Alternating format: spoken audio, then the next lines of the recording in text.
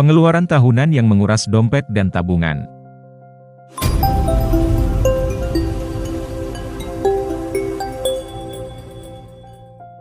Bagi kamu yang sudah menikah dan memiliki anak, pengeluaran rumah tangga pasti akan bertambah banyak. Ada pengeluaran bulanan dan tahunan. Pengeluaran bulanan sudah jelas, kebutuhan yang harus dipenuhi setiap bulan. Biasanya ada perencanaan keuangan untuk ini. Namun yang sering diabaikan atau dilupakan adalah pengeluaran tahunan. Disebut tahunan karena sifatnya dibayarkan setiap tahun. Jika tidak dipersiapkan dengan baik budget atau anggarannya, pengeluaran tahunan ini dapat menguras dompet, bahkan tabungan. Apa saja pengeluaran tahunan tersebut? Nomor 1. Pembayaran premi asuransi. Mungkin ada di antara kamu yang memilih pembayaran premi asuransi tahunan. Karena ingin tenang, tidak perlu memikirkan cicilan bulanan, karena dibayar setahun penuh. Akan tetapi, mengambil premi asuransi tahunan harus siap dengan dana besar. Itu lantaran pembayarannya sekali waktu alias tidak dicicil bulanan. Misalnya kalau bulanan premi asuransi kesehatan keluarga 2 juta rupiah per bulan, tetapi jika tahunan berarti 24 juta rupiah setahun. Apa jadinya bila kamu tidak siap dengan uang sebesar itu pas waktunya pembayaran? Otomatis, polis asuransi kamu akan laps atau tidak aktif. Sehingga bila sewaktu-waktu kamu atau anggota keluarga sakit, tidak akan mendapat manfaat pertanggungan karena premi tidak dibayar. Oleh karena itu, meskipun pembayaran premi asuransi tahunan, kamu harus tetap menyisihkan budget khusus untuk premi ini. Besarannya, total premi asuransi tahunan dibagi 12. Itulah yang kamu alokasikan setiap bulan. Nomor 2. Pembayaran sewa rumah atau apartemen. Kalau kamu masih ngontrak rumah atau sewa apartemen, cara pembayarannya juga ada yang tahunan. Ini juga harus menjadi perhatian kamu dalam pengelolaan gaji atau penghasilan setiap bulan. Misalnya, biaya sewa rumah per tahun 15 juta rupiah. Dibagi 12 bulan, berarti setiap bulan sisihkan 1,25 juta rupiah dari gaji. Tujuannya, agar tidak memberatkan keuanganmu ketika jatuh tempo pembayaran sewa rumah. Sebab, terkadang banyak orang menggampangkan hal ini. Nanti saja, belum waktunya bayar kontrakan rumah, alhasil tidak menabung setiap bulan untuk kebutuhan biaya sewa rumah. Begitu tanggal jatuh tempo, tidak ada uang untuk bayar sewa rumah. Atau sedang terlilit masalah keuangan. Kena PHK, atau jatuh sakit sehingga membutuhkan biaya perawatan. Akhirnya, sewa rumah menunggak. Jika pemilik rumah kontrakan tidak bisa mentolerir, kamu bakal diusir dari kontrakan tersebut tanpa persiapan apapun, seperti mencari rumah kontrakan baru. Nomor 3. Pembayaran pajak. Pembayaran pajak penghasilan atau PPh, biasanya dipotong bulanan dari gaji untuk karyawan. Namun ada pajak yang wajib dibayar setiap tahun. Jumlahnya pun cukup besar. Sebut saja pajak bumi dan bangunan dan pajak kendaraan bermotor. Nilainya bisa mencapai ratusan ribu rupiah, sampai jutaan rupiah. Kalau PBB, tergantung pada luas tanah dan bangunan, serta nilai jual objek pajak per meternya. Sedangkan pajak kendaraan bermotor, didasarkan pada kepemilikan kendaraan bermotor, apakah mobil atau motor.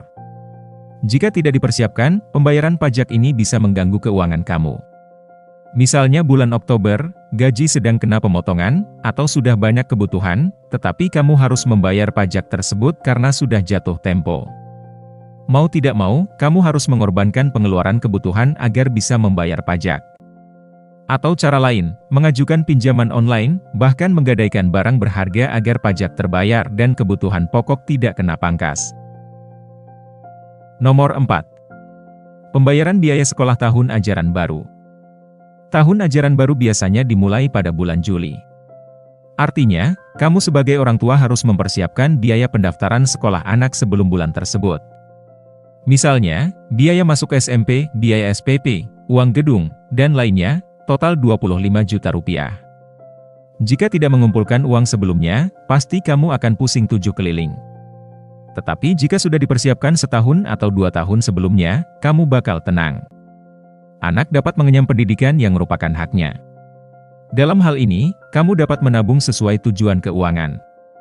Sebagai contoh, target menabung biaya pendidikan anak 25 juta rupiah selama 2 tahun. Berarti, kamu harus menyisihkan sekitar 1 jutaan rupiah untuk mencapai target tersebut. Nomor 5. Pengeluaran Hari Raya. Hari Raya Idul Fitri maupun hari raya lainnya, adalah hari raya keagamaan yang membutuhkan pengeluaran besar. Biasanya ada tradisi mudik ke kampung halaman, bagi-bagi ampau, menyiapkan baju baru, kue dan makanan khas lebaran. Kebutuhan biayanya bisa mencapai jutaan rupiah. Pantas kalau uang THR, biasanya bakal ludes untuk memenuhi pengeluaran tersebut. Nomor 6. Liburan keluarga.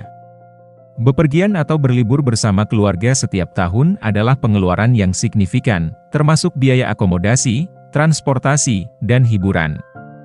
Ini mengacu pada biaya yang dikeluarkan oleh sebuah keluarga untuk pergi berlibur atau berwisata setiap tahun. Ini adalah pengeluaran diskresioner. Yang berarti, itu adalah pengeluaran yang tidak diperlukan untuk kehidupan sehari-hari, tetapi biasanya dianggap sebagai waktu yang berharga untuk berkumpul bersama keluarga dan menikmati waktu bersama di luar rutinitas harian. Contohnya adalah, ketika sebuah keluarga merencanakan perjalanan liburan ke destinasi wisata, seperti pantai, pegunungan, atau kota-kota menarik. Sebagai contoh, biaya transportasi, ini termasuk biaya tiket pesawat, bahan bakar mobil, biaya penyewaan kendaraan, atau tiket kereta api untuk mencapai tujuan liburan. Nomor 7. Pengeluaran makan yang tidak terkontrol. Makan adalah kebutuhan primer setiap orang yang tak bisa dihindari. Namun, tanpa disadari pengeluaran yang satu ini dapat menguras isi dompet jika tidak mengelolanya dengan baik. Oleh karena itu, sebaiknya Anda perlu mengatur pengeluaran makan dari sekarang.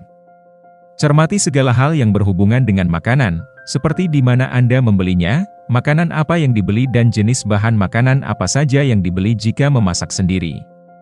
Anda tidak seharusnya makan di tempat yang mahal setiap hari, karena itu akan menghabiskan pendapatan Anda.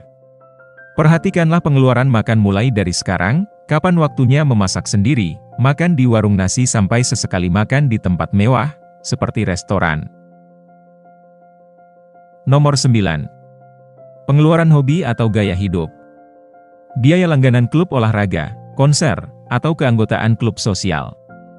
Pengeluaran hobi atau gaya hidup merujuk pada pengeluaran yang berkaitan dengan aktivitas, atau minat khusus yang Anda nikmati atau gaya hidup yang Anda pilih untuk menjalani. Ini mungkin termasuk hal-hal seperti berlangganan klub olahraga atau hobi tertentu, menghadiri konser, membeli barang-barang koleksi, atau mengikuti kegiatan sosial tertentu. Pengeluaran ini tidak selalu diperlukan untuk memenuhi kebutuhan dasar seperti makanan, pakaian, atau perumahan, tetapi mereka dapat menguras sumber daya finansial Anda jika tidak dikelola dengan bijak.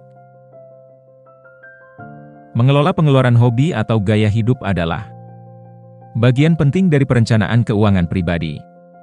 Ini melibatkan membuat anggaran yang memperhitungkan pengeluaran ini, memprioritaskan apa yang paling penting, dan memastikan bahwa pengeluaran tersebut sesuai dengan kemampuan finansial Anda tanpa mengorbankan kestabilan keuangan jangka panjang Anda. Nomor 10. Biaya keamanan. Biaya untuk sistem keamanan rumah atau pengawasan keamanan. Biaya keamanan rumah merujuk pada pengeluaran yang terkait dengan upaya untuk meningkatkan atau mempertahankan tingkat keamanan dan perlindungan rumah Anda dari potensi ancaman atau intrusi. Biaya ini mencakup berbagai hal, seperti sistem keamanan, penguncian, penerangan, keamanan fisik, pengawasan keamanan. Nomor 11. Biaya pajak bisnis. Jika Anda memiliki usaha sendiri, Anda mungkin harus membayar pajak bisnis tahunan. Biaya pajak bisnis merujuk pada pengeluaran yang harus dibayarkan oleh sebuah perusahaan atau usaha sebagai bagian dari kewajiban pajaknya kepada pemerintah. Sebagai contoh, pajak pendapatan perusahaan, pajak ini adalah salah satu komponen utama biaya pajak bisnis. Ini dikenakan pada laba bersih atau pendapatan yang diperoleh oleh perusahaan setelah mengurangkan berbagai pengeluaran dan pemotongan pajak yang diperbolehkan. Yang kedua, pajak pekerjaan. Perusahaan biasanya bertanggung jawab atas pemotongan dan pembayaran pajak penghasilan pekerja yang mereka rekrut. Semoga video ini bisa bermanfaat bagi kita semua. Terima kasih.